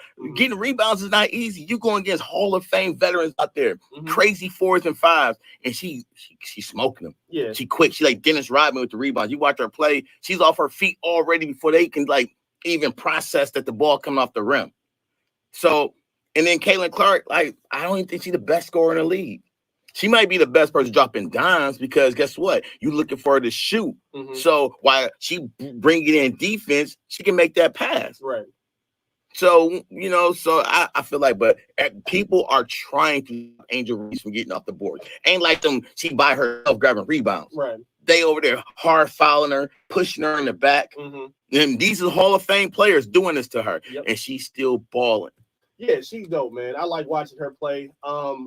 I ain't gonna lie, I like the pitting of the two. Like, I don't like people, we talk about Drake and Kendrick and like Magic and Bird, like that rivalry stuff, the LeBron, Jordan, Kobe, LeBron, like that. Magic, Bird. It makes the league that much better. It makes sports that much more entertaining. And I think this is gonna do wonders for the WNBA. I like it as long as it doesn't become nasty and it doesn't become what the other conversations we have, best thing, race related and all the other. That's what I don't like. Like you look at the comments on Twitter and Instagram. It's always like people like, and I'm on Facebook. I run a sports page. All we talk is sports. Facebook, check us out. Every time like somebody get some accolade or the faster 500, you got the naysayers saying some dumb stuff. Angel Reese she got 8 offensive rebounds off her own missed shot, but she looking at a double team throwing them shots up. She got to go up fast. That's facts. And y'all not looking at the game. If soon you come down with the ball, you got 3 players around you smacking at your arms and all that. Soon you get it, you're going to try to hurry and go back up with it. If y'all ever play basketball. That's a fact. I would go Caitlin Clark if I had to have a vote. I would give it to her. Again, they're both super deserving. I wouldn't really be mad if it was one way or the other. I just think I think based on the expectations she's had, first of all, the higher in the rankings right now in their standings. So I think that gives her a little bit of an edge. Yes. And I like the way she's answered the adversity that's been against her. Not to say that Angel Reese hasn't, because they both have had it. They both have had targets on their back. But I like the way how Caitlin has responded, and not just as a scorer. She's a great passer, really good facilitator. I just think she's great for the sport in terms of how she plays, and she's the clear engine that makes that team go with the Fever. I think she's the most deserving as of right now. The Chicago Sky, they front office. They got to get it together. They traded a player they shouldn't have. She lit them up for 24 points in the last game. I forgot her name, Maybelline or something like that. But I just feel like if Angel Reese get her team to the playoffs, she got to be win rookie of the year. I mean, because she's the focal point. Now, don't get it wrong. Carter, the shooting guard for their team, she's a walking 25. Yeah, she a dog. But her attitude, like, she always want to fight somebody. And those fouls are crazy. Those favorite fouls she be putting on people, she like Dennis Rodman in a shooting guard. I love it. Let them be aggressive. Let them be scrappy. Like let them. They be letting them foul. They should. They be letting them foul, man. Need to take a lesson. NBA need to take a lesson from them. Absolutely. It seems like they're the only ones who can't get their officiating right and physicality right. Look, man, you watch some of the clips when Angel Reese be getting pushed across the court. Like, yeah, mama, you gotta add like 7 pounds. Yeah. Oh yeah, she gonna bustle up. You see who she next to now. Right. He'll get her in the gym. She got a little personal trainer now. Yeah. Oh yeah. He don't be playing. Ain't nobody pushing him around. They gonna be on the boards together. We got a power couple on the boards. Got a power couple. You think the Detroit gonna get another WNBA team? They need to. The Shock need to be here now. Yeah, we gotta get the Shock back. Left. Yeah, they never should have left. I don't know who agreed to put them. The owner didn't want to put no money in it. You know what I'm saying? They should bring it back. Man, no, we need that, especially now. Hey, you're gonna be a pressure covering all them games. Huh? Man, what? I'm locked in. I'm everybody's Right. Wikipedia page now. Right. Hey, we're gonna have all the players here in the show. It's good, man. It's good for the league. It's good for the game. Again, I like seeing the growth of the league. It has two faces, even again, if they are quote unquote pitted against each other and whatnot. I think it just makes the game that much more entertaining. It gives ulterior storylines to worry about. Everybody's going to worry, wins and losses here. But I think forming those like internet hives and like those fan bases and that support system to create, like you said, it creates the opportunity for them to have these endorsements, to be on TV, to pop on a Meg Thee Stallion stage. Like that kind of stuff is cool to see. I like seeing that growth and seeing what that kind of influence can bring, not just to sports, but to women and just culture in general. But like like you said, Caitlin's a rookie. She bringing her thing, but at her position, is she the best at her position? No, not right now. If Reese, like even her average, Reese averaged a double, which is crazy as a rookie. Yes. But 13, 12, she is clearly the best rebounder in the WNBA as a rookie. Without question. You know what I'm saying? So I think that give her something also, because you got some great fives and bigs in the league, and she's leading everybody in rebounding. Which is why I don't kill her on her efficiency like others do. Like when she's up there, you got to knock something. Like it's okay to be a little. If she was shooting 50%, and then she'd be averaging 15 and 15 a game, then they still will try to find some reason not to make her rookie of the year. That's it. So she got about 16 games left. So we still got some time. We're gonna touch on this. A little bit of summertime left for him to get it active. Summertime. 313-889-4727. Hit us up 313-889-4727. After the break, we got to get into your man. We got to talk a little hip hop about Drizzy Drake. Is he back? Is he back on top like he insinuates? Nope. We're gonna talk about it. 313-889-4727. This is Sports Rap Radio. Sports Rap Radio, when hip hop and sports connect. It's the Lindsey Hunter and Montez Allen show. This is Lindsey Hunter from the Pitbull Afternoon Drive from 3 to 7, Sports Rap Radio. Winning a championship in 2004 in the city of Detroit, I think, is unlike. Is Rob still here? Or is he just out in the parking lot? He gone? The fans here in Detroit are absolutely maniacs. And yeah, he said he's gonna be listening from the car. I thought you were gonna do a segment with us. We were you said he ain't? Here. I mean, I can remember going. Still want to come in? I want to mess with him about that Gil. Him and Gil go back and forth. He do it too. I'll go him with the hard questions. Yeah. That's what he would say. No, he's not. That's what he wanted to say. So for me, being a part of a special championship here in Detroit, man, is unlike any other. I won a championship in LA, but they expected it, and they kind of looked down on it a little bit, like it was just something, hey, this is what we did, it's over with. Here in Detroit, we forever hold a special place in the fans' heart. Even today, when I walk around the city, the reception I get from restaurants and from bars and from grocery stores, people still remember that, and people cherish that. And that's why I've made Detroit my home, and that's why Detroit will always have a special place in my heart. Sports Rap Radio, AM 1270 Detroit. Yo, Detroit, check out the brand spanking new Sports Rap Radio website. Keep connected, everything we got going on. It's filled with news, views, and all you need to know about our station. Plus, bios and showtimes and our exclusive contest giveaways. Plus, Rip the Rap by merch you can sport. Hop on the web and go to sportsrapradioddetroit.com. Hit up sportsrapradioddetroit.com. Finally, a station for us.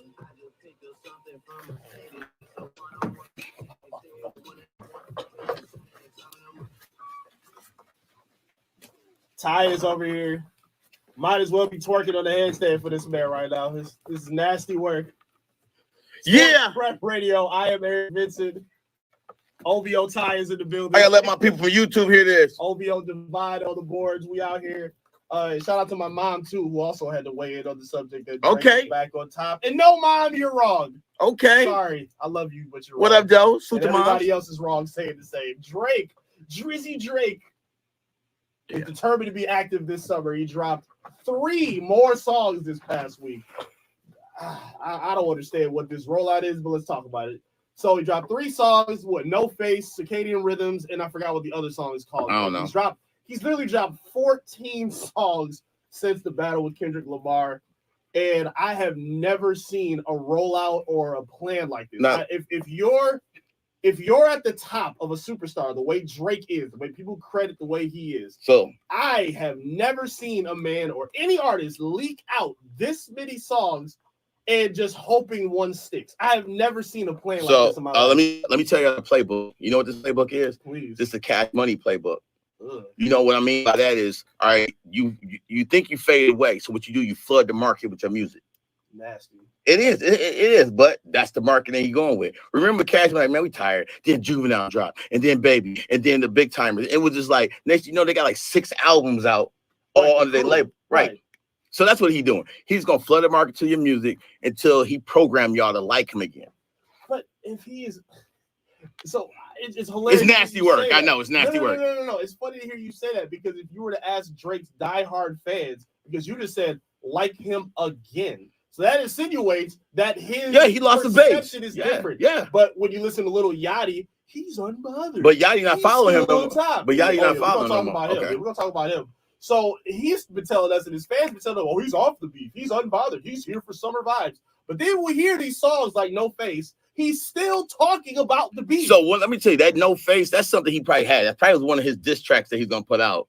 So he just put it out anyway. Except he probably took some names. He probably edited, you know what I'm saying, take some names out of it. Okay. But you listen to it, you're not dumb. It's subliminal shots at certain people. You know, you still, you know, everybody still what you know what you're on.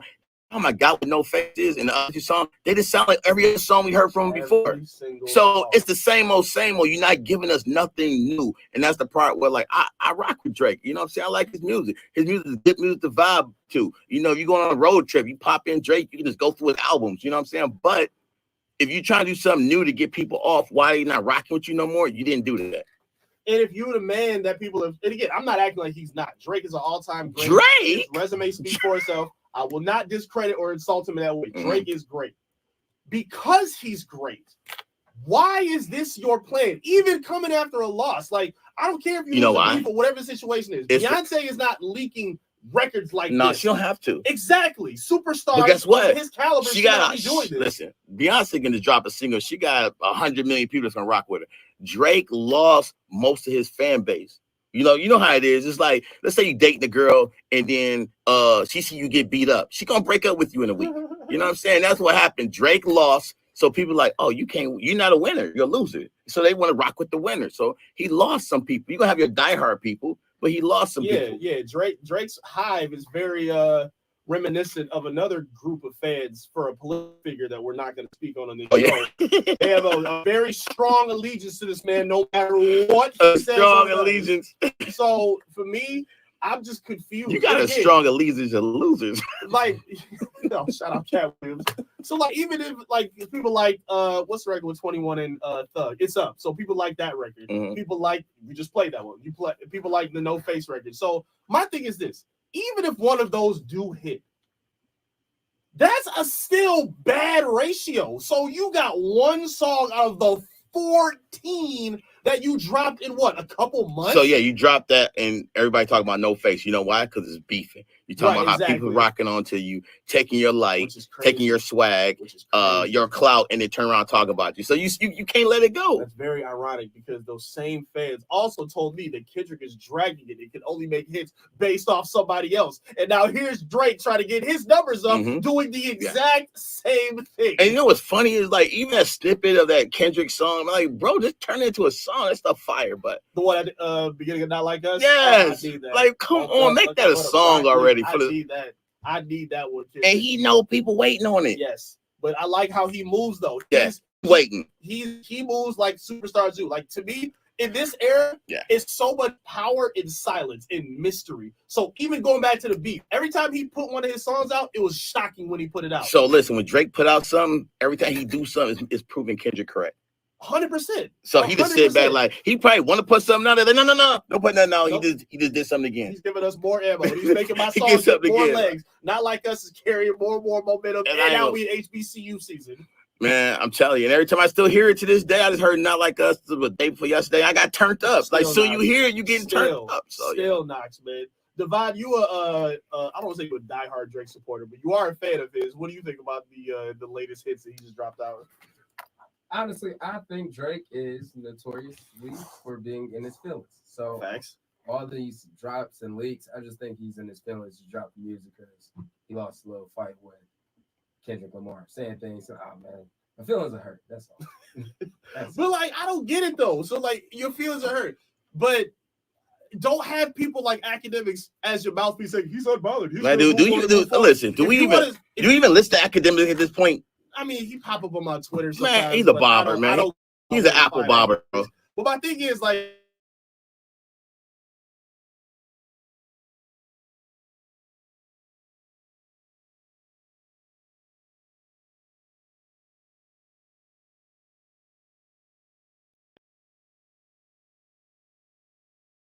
That, but don't have other people say, I'm unbothered. I don't care. Yo, doesn't work for me. Like, bro, what? Listen, Drake don't understand. He got Meek Mill. What he did to Meek Mill got done to him, and he trying to fight his way out of it. Meek didn't. Meek just played and just took the L. Man, I think I can make an argument that this is lining up to be worse than that. It's definitely lining up to be worse. Meek at least dropped the best album of his career after the Drake situation happened. And nobody talking about fire. it. That's cap. The championship was nice, but nobody talk about championship. That's not true. That album still goes. People on my YouTube, please chime in and say if y'all been rocking with Meek Mill champions. Nah, that album still goes hard. He got Drake. I ain't saying it don't, but you know. Like I thought it was fire. To me, and again, it was the best album of his career, regardless of where. So that's what Drake should have did. Drake is not doing that right now. So he is not putting out the best. If Drake was smart, he would just put out a solidified album. Get your people, sign some R&B singers, Kalani or whatever. Get Chris Breezy on the track. Put out an album. You know what I'm saying? You posting on a fake Instagram or a Finsta with I'm leaking more. I just saw a tweet. Another 100 gigs apparently coming up. Like, bro, what is this? What is this? I don't like none of this. If you going back to about Kendrick, all his points being proven, you put out another loose pack of 3 records where it was when It's Up record came out. And you had to take that back because UMG told you to. So you even lose the power of your argument to Kendrick of, your label's controlling you. And that's why I feel like Kanye is a better artist than Drake, because Kanye dropped Ventures too, and it's always Vultures. It's always something different. It's like he has a different sound. Exactly. Kanye bring you a different sound every album. And if you listen, you rocking with it. Drake, you got to give us a different sound. You got to give us something different. Beats the same. You know what I'm saying? Cadence the same. Yeah, and then he be swagger jacking. You know what I'm saying? So you stealing somebody else's swag, and then you be seeing a reference track later come out 5 years later that somebody did it, and then you bought it from them and like post beef, J. Cole put out that Grippy song. They did the record with Future. Like, I didn't like those records, but I respect you for trying something different. I don't mind that. That's cool. Drake coming out saying, I'm unbothered, and then he's coming out making the same type of music, bro. 313-889-4727 after the break. Do y'all still want to see the beef continue? Do you want to see round 2? We're going to talk about it right here on Sports Rap Radio. Late night on Sports Rap Radio. It's DJ Whatever's old school rap party.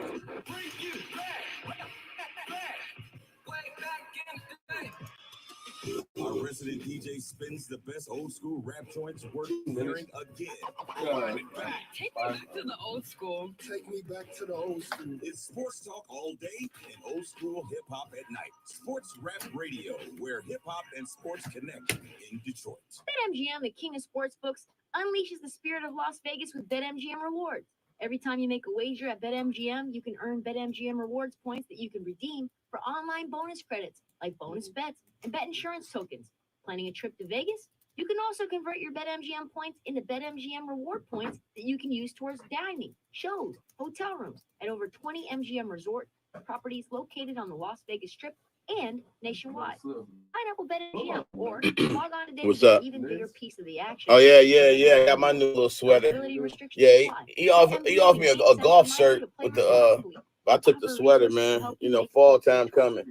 Got the little Lions powder blue. Must be 21 years of age or older to wager. New and existing customer offer. All promotions are subject to qualification and eligibility requirements. Reward issued as non-withdrawable bonus. Oh yeah. Expire in 7 days. Yeah, I'm past my golf shirt stage, man. So. Please gamble responsibly. I'm past golfing, you know what I'm saying? Right, man. You know what I'm saying? Hey, give me a golf cart, you know what I'm saying? I pull up to the hole, jump out, swing, jump back on. You know what I'm saying? But you know, hey, our age, we just go golf to pop bottles. You know that? Pop bottles, smoke cigars. Details are there. Get to it. That's sportsrapradiodetroit.com. Hey, Dad, your prescription will be ready in just a minute.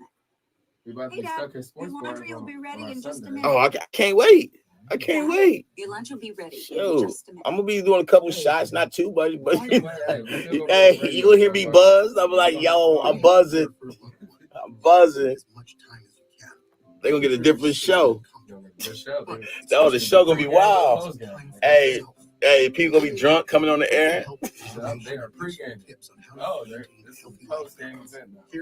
Man, hey, I love sports radio when they're on location and people come up and they get on the mic and talk about their team and be slurring and just, I love it. Thanks, Dad. And people walk by, they have this mic. Hey, You're there for them. Yeah, I love it. Find free care guides to support you and your loved one at aarp.org/caregiving. That's aarp.org/caregiving. A public service announcement brought to you by AARP. Coming in September, a show with Well, that's what I was saying with our Instagram. It's like, can we get some more play? You know what I'm saying? Can we get some more play on the Instagram site? Hall of Famer, known around the country as one of the best basketball minds out there. Oh yeah. Well, that's what Gil was telling me. Like with the analytics, you know what I'm saying? They stuff company, they showing their face and stuff like that. I mean, basically, you know, if we on social media with no face, we just a podcast. You know what I'm saying? I'm Ryan Blaney, a third-generation race But driver. like we got a YouTube channel, so we got whoever in charge of YouTube need to tap the YouTube channel. So while we live at these sports bars and stuff, our YouTube channel going live. Cause shoot, I've been going live the last 2 Sundays on my YouTube, and I've been getting 2,000 views. Yeah. It's important to notice how family members are acting differently, experiencing problems. You go do the vertical program and do it. Talking about Alzheimer's can be really podcast. But if you notice something, I don't do podcasts. I'm over podcasts, man. They don't ship out, man. Like, listen, next year when we, you know, all our social media is over 10,000, something like that, then I probably do a podcast. But the Alzheimer's Association provides care, support, and research to help you take control of the situation with your family and manage the disease together. That's why I was like, man, I want to do a special co-host. Like Martin, he get to do special co-host on the Odd Couple. Mm-hmm. I want to do a special co-host. You know what I'm saying? I was thinking that, but then you still got like thinking of breakfast. Check out the brand spanking new Sports Rap Radio website. It's just a radio station with views and all you need to know about our station.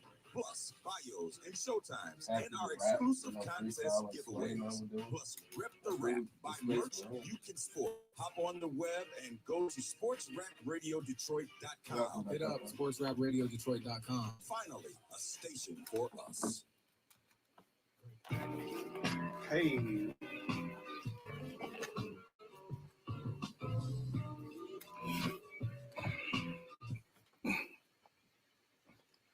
Just waking up in the morning, gotta thank God. I don't know, but the day seems kind of odd. Gotta clear out for Ty. Let him get his intro in. 313-889-4727 here on Sports Rap Radio. I am Eric Vincent. I'm your boy T.Y. Wright. We in the building. Divine Cook on the board, man. Chicken. I love when we get to talk about music on here. Yeah.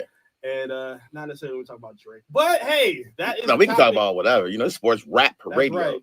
And again, we've seen a lot of shots thrown by Drake, a lot of sneak dissing per usual coming back in his latest music.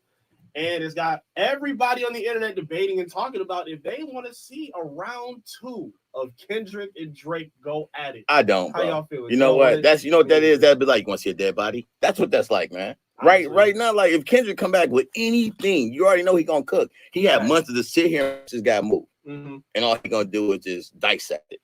While letting hit the #1 record in the world just cook up and do what it needs to do. Yeah, I don't.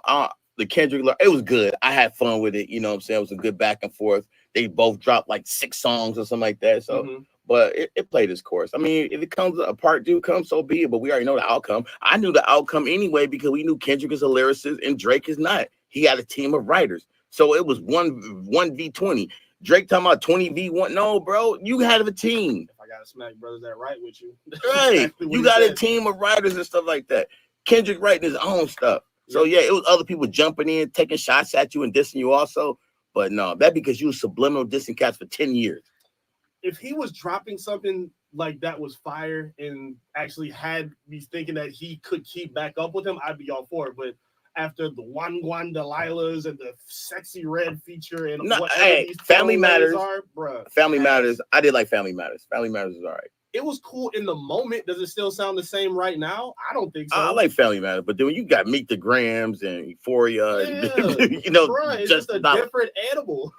Kendrick is just different. Like I listened to all Kendrick disses the other back to back. I was like, oh my god. Yeah, bro. That's all I've been on a rabbit hole of YouTube just watching reactions to see how other people digest it. I like seeing that. It just when you get to do the side by side, and again, I'm not saying Drake is trash. He makes good music. He's done great for his career. But when you put these two side by side and you see the differences, the detail that Kendrick puts in his lyrics, in his production, in the hooks, like you don't see that with Drake. Kendrick's music to me feels like a puzzle. Like I'm putting stuff together and learning new stuff, and it makes his music sound better a week from now. I listen to a Drake song, it's like, okay, that was cool. Yeah, Kendrick, his music definitely aged well. Yeah, and Drake's don't because it all sounds the same. Like if I'm Drake, I will go back to like my first 3 albums, and you know what I'm saying. I mean, he tried to do all R&B before too, and that didn't do well because it all sounded the same. He tried throwing out that Benny the Butcher feature, which was supposed to come out like 2 years ago, and you just now try to put that out so you can still spit. You should have did that then. What took you so long? And then he probably doing an album with after a party after. Who asked for that? Nah. I don't care about him. No one cares. No, you know an album we want. We want a Chris Brown and Drizzy album. Y'all do a album together. I mean, because don't say what you want. Breezy got bars. Breezy can rap and sing and like that. He do, but I feel like they fight each other by the end of the album. Like they be talking about the same girl about the end of the song. Do a song. The Girl Is Mine between them two. That'd be fire.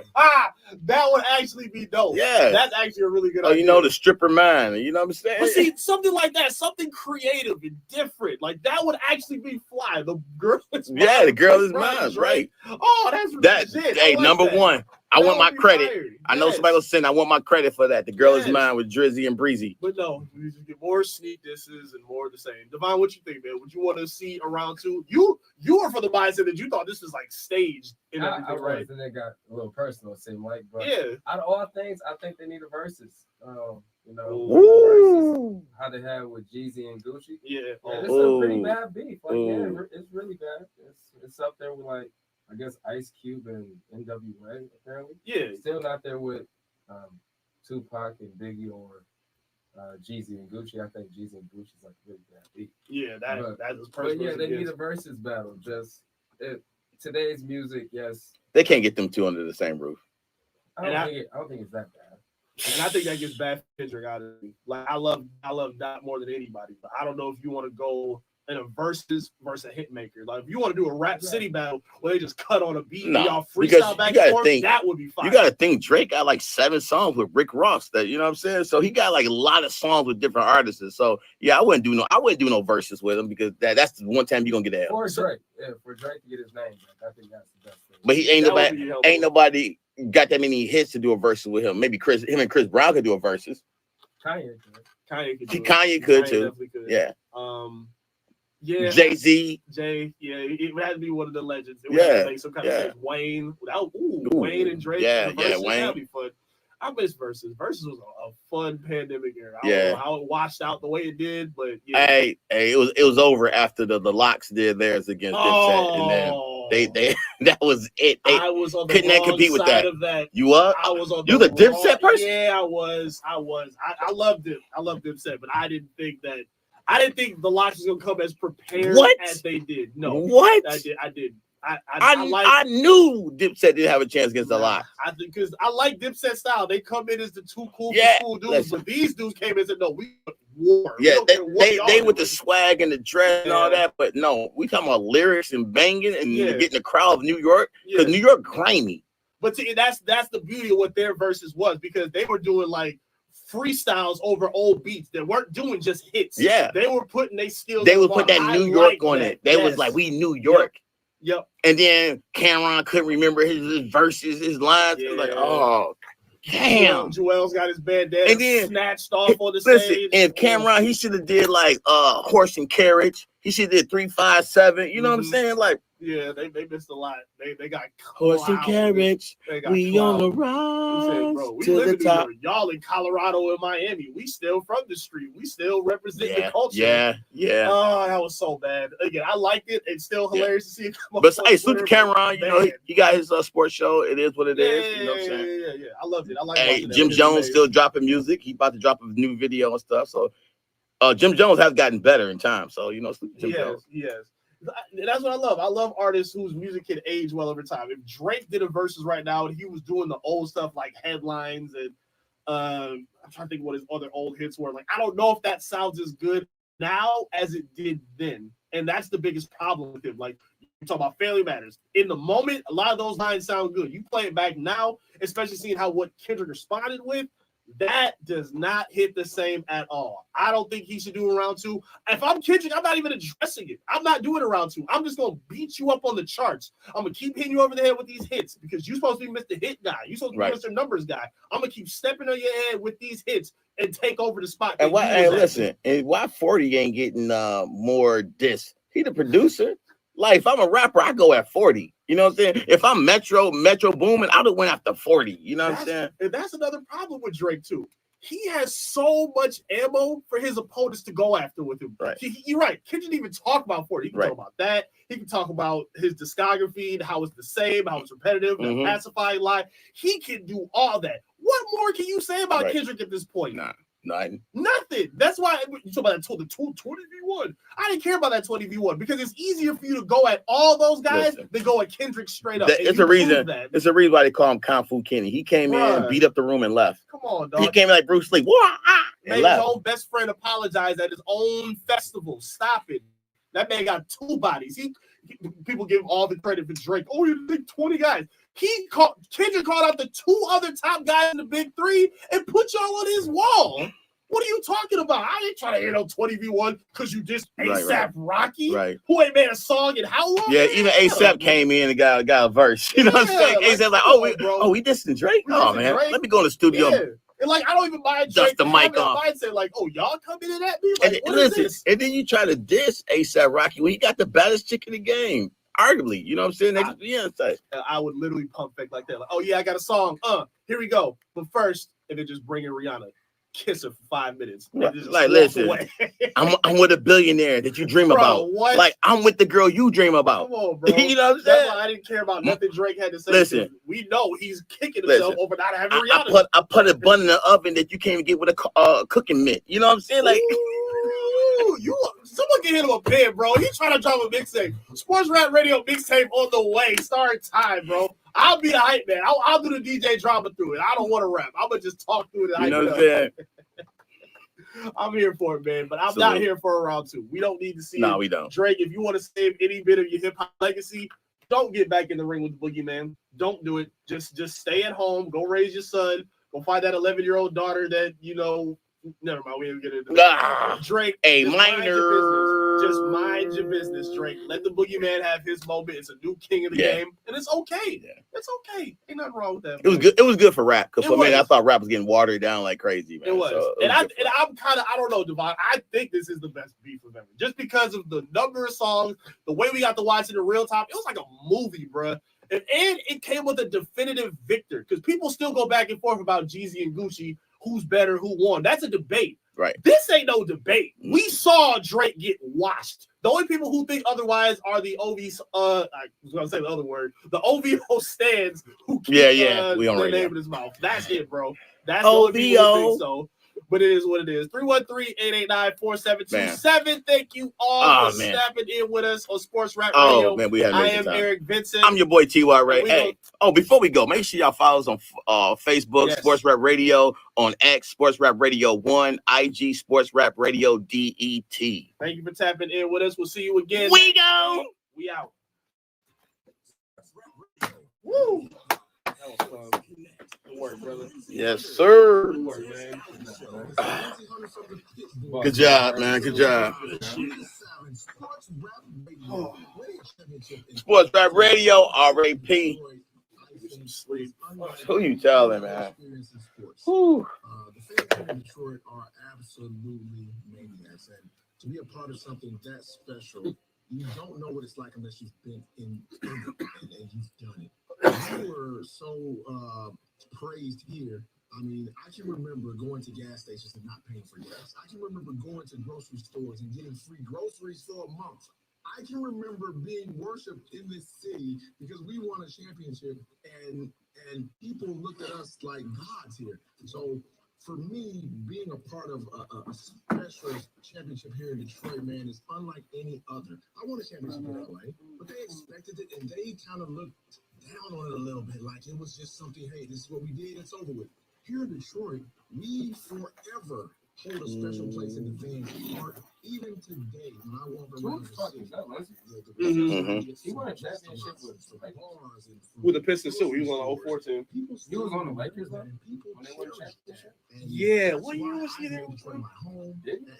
I think so. I forgot what year, but yeah, I think that was the second ring. Sports Rap Radio, Just look at his career. He was on the Pistons team that 04 team. He left with that Brian Stuckey. Yep. Oh, I want to get Ronnie Stuckey. I'm going to try to find him, see if he can come on the show, man. No disrespect. No disrespect. Always. Right. No disrespect. But if you got some free time, come on the show. You know what I'm saying? All right, fellas. All right, man. I'll hit you up later, man. All right, bro. Travis had Magic Johnson. Yeah, Travis Hicks. I did. Yeah, that was crazy. How? Because he's from Lansing. They did at his dad car show. You know what I'm saying? So it's in Lansing. Okay. So Yeah, that was fire. I know, but now he got that hookup. We need to get him over here. How do we get people like that, man? So what we do, we get Travis on the show. I mean, yeah, obviously. And then Jay, Travis on the show. You think we can get Magic over here and let you lead the segment? Yeah, you can. Yeah.